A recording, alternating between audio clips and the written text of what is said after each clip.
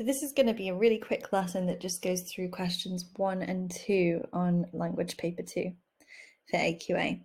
So these are part of section A, which is the reading section of the paper. And you're supposed to do them pretty quickly as well. So I'm going to whiz through them quite quickly. You can download this document from the Scribbly page. So definitely download it, have a look through it in more detail, print it out if it's useful to you. I'm going to just kind of skip quite quickly through question 1, and then I'll spend a little bit longer on question 2. So question 1 is multiple choice. It's worth 4 marks, which is similar to paper 1. Paper 1 is not multiple choice, however, so what you're given here is basically 8 different possible answers, and you have to choose the 4 correct ones. The only way to go super wrong on this is to panic and not read the statements. So you get 8 statements, you choose 4 only, and they are really designed to trick you a little bit. So they're meant to be a bit confusing. For example, they might have negative phrasing when actually there's something positive in the piece. So it might say something like, the weather was not very sunny. And if you miss the word not, you might tick it because the weather was sunny, that kind of thing. So they do positive and negative phrasing. They're quite tricksy, so you have to be really careful about that. They also test a mixture of understanding explicit and implicit information. So explicit means obvious, something that you can literally see in the text itself. Implicit is harder. This is an inference skill. Some of the bullet points that you find or the statements are going to be suggested. They won't literally be there, and they're a bit more tricky to find.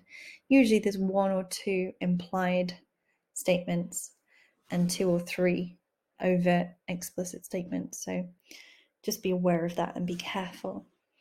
If you practice these questions a lot, you get used to how they are, and you shouldn't really go too wrong. Definitely check over your answer before you move on, or check it right at the end once you've completed the paper if you're worried about timing.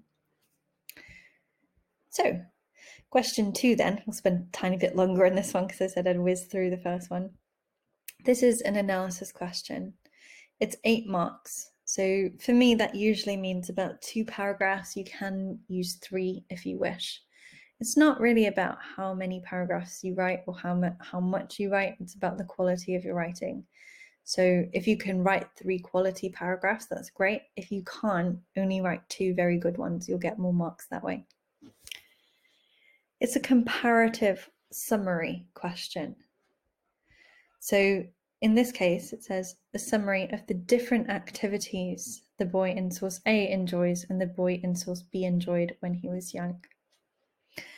So usually the questions that I've worked with on this paper, they are actually differences, but technically they could be similarities or differences. Definitely circle what the focus is that you're supposed to be looking for, because it won't just be compare the text generally, it will be look at this specific focus. So in this case, it's activities that are enjoyed by the boys. So summarizing is a skill where you read a really big thing and then you narrow it down and condense it according to your focus. So you would read the whole text, scan it just for activities that are enjoyable, not activities that are unenjoyable, but only enjoyable ones, and then just summarize and condense those down. So it requires a lot of structuring and organizing to be good at a summary. And it's not just a summary question, it's also comparative. So you want to constantly compare and contrast, find sophisticated and interesting points of comparison.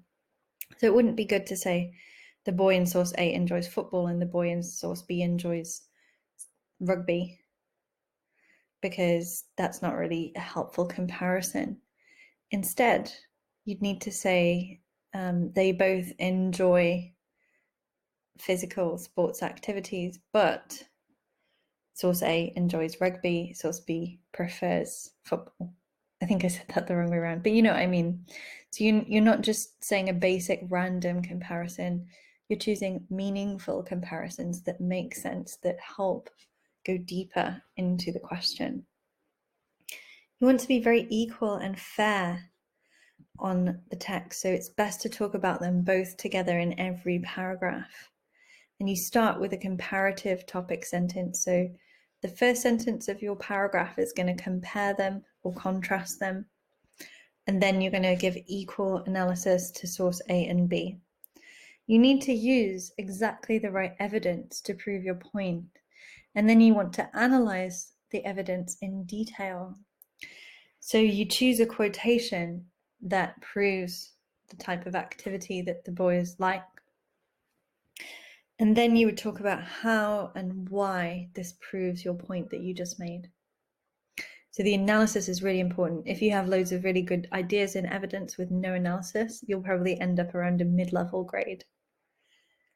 So the more sophisticated, the more deep and precise your analysis is, the better your piece is going to be overall. Synthesizing for a high level is a really good thing to do. So only if you're confident with everything else should you synthesize. This means you choose maybe 2 or 3 short quotes that you can group together and analyze them as a group. So only do that once you're confident. So for the top level, 7 to 8 marks, this is what they're looking for. You might want to write some of these words down.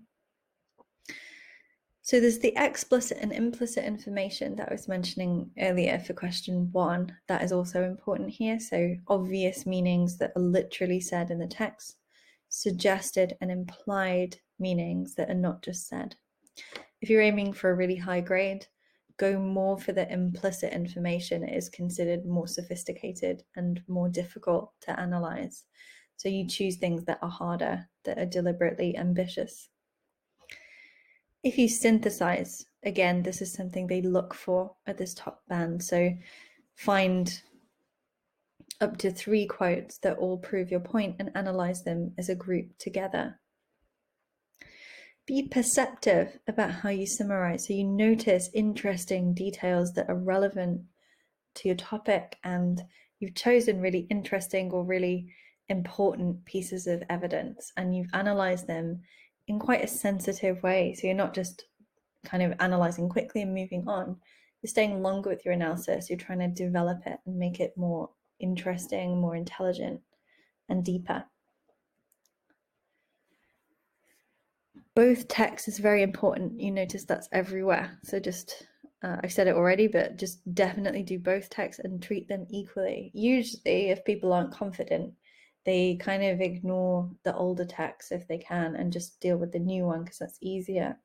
But anything you do that suggests you're making your life easier and you're not doing the most difficult things possible is not going to get you in this top band. So that band is for people that really are kind of crazy and they make their lives harder and they choose things that are more difficult to deal with. So an indicative standard, which you can find on mark schemes, this is an example of what they're looking for at this level. So you want to read indicative standards and you want to read example answers to give yourself an idea of the standard of writing that they want you to achieve. And if you can achieve a similar level of writing and you have everything structured in the right way, then you definitely will guarantee yourself a top band mark on this question. So this one, you can see it uses short pieces of evidence, mocking voice, my dear father. It uses good essay language, emphasizing, addressing, respectful. It uses techniques, so tone is a technique. You don't necessarily need to use techniques, but if you use the odd one, it can really help with your analysis here. There's nothing specific in the mark scheme that says you have to, but I always find myself using techniques a little bit in this question. And the ideas are complex. So Eddie is a typical modern teenager who's cheeky and speaks to his father in a quote mocking voice. So it's not just Eddie is a teenager, he's a typical modern teenager. He's cheeky. I don't know what happened there. A typical modern teenager. He's cheeky and then he's mocking. So it's building a bit of an argument. emphasizing their close relationship and good humor. So even though he's cheeky and he's mocking, that works out. I don't know what I keep doing. That works out really well for them. It's sensitive, it's detailed, it's using adjectives, it's picking it apart, it's not basic or simple. And then it compares. Henry, however, is distant and formal. So it's comparing, but in a specific way that is contrasting all of the different elements it just said about Eddie with Henry. So I'm going to read you an answer that I think I wrote. Hard to tell sometimes. I think I wrote this. Yeah, so I wrote this answer. I didn't do it in time conditions. It would be a full mark answer. So it'll give you an idea of what to aim for. I'm not going to read the whole thing out. So again, just download this document from the Scribbly page. Take longer to look through this. The purpose of the lesson is to give you an idea of the main things that they're looking for, how to get a super high grade on both questions. So take all the time you need to kind of process the answer and the ideas that I whiz through in these Scribbly lessons. I'm always trying to make them as short as possible, but then also pack them full of things. So if you find them really intensive, that's intentional. So yeah, always take time between the lessons to just process and absorb things. So I'm going to just read you the first paragraph that I wrote and then give you a bit of an explanation. As I read through, I want you to do a short task of trying to think about what I'm going to say. So we've looked at the mark scheme, we've looked at the question breakdown. You should have an idea of what is good about this answer already. So I want you to try and preempt what I'm going to say, try and guess what I'll say before I say it. So I'm going to read it aloud. You can be preempting and thinking about what I might say, and then I'll give you a little bit of a breakdown. Firstly, Eddie and his father have an informal relationship, whereas Henry addresses his father with extreme respect. Eddie's gestures, raising his eyebrows and being too busy killing things, imply that he doesn't respect or revere his father, as he is capable of challenging him or ignoring him, both behaviors which Henry would have considered to be highly unacceptable. Henry uses a formal tone in his letter, addressing his father as "my dear father," to show formality and demonstrate how much he loves his father. The capitalization father also suggests that he holds him in very high regard. So, if you want more time, you can pause here and look through in detail what you would think about what you would say here. But if not, I'll give you a bit of a critique now. So you can see it's kind of similar to the indicative standard. It's not just copying what it says there, but it has similar ideas. It's written in a similar register. Informal and formal is the contrast here.